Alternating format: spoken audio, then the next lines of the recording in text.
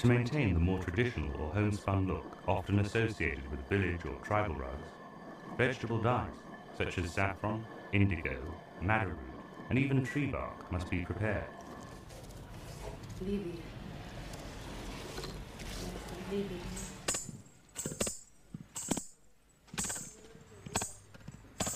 Once the only colouring method, it is both time-consuming and costly to locate and gather natural substances not always available in significant amounts.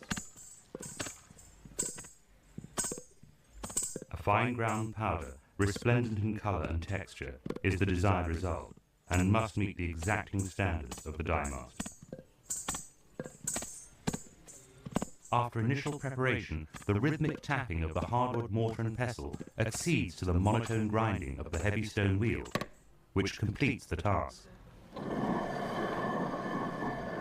Then, like tea or coffee, water is added and the mixture must be allowed to brew or steep.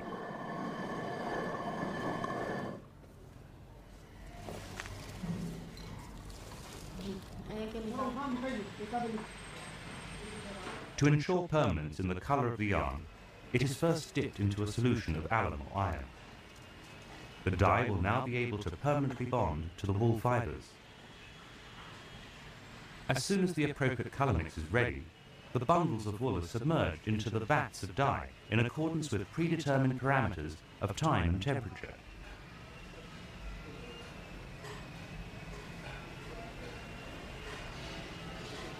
Because some natural substances produce less permanence than others, it is sometimes necessary to repeat the procedure more than once to obtain a satisfactory shade.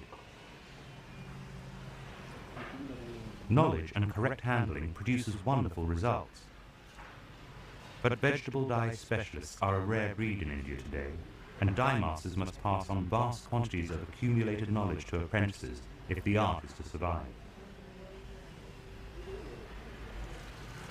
As an employee of one of the largest natural dye companies in Jaipur, dye master Ramzan Ji has been perfecting his craft for more than 50 years. Natural dye producers are restricted to small batch dyeing because variables found in nature and species of plant indigenous to certain regions virtually guarantee that no two mixes yield the same results. Once the source of the colour has been used up, the bundles of wool and ultimately the rugs, despite best efforts, will not look the same. Colour recipes are passed down from generation to generation.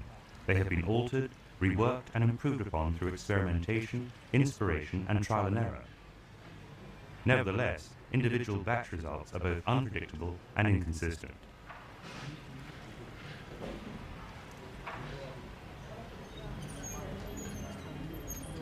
Natural dyes, although initially very bright, soften with time, aging beautifully without really changing or losing their luster.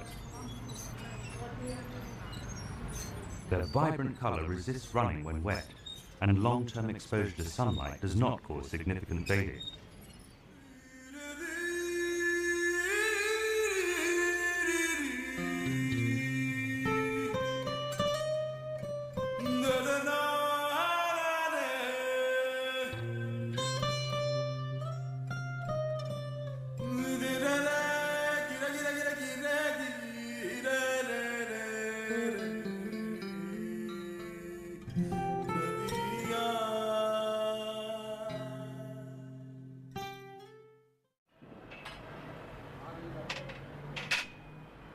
Once again turning to Mother Nature, the successfully dyed bundles are left out in the sun to dry, where they are occasionally turned.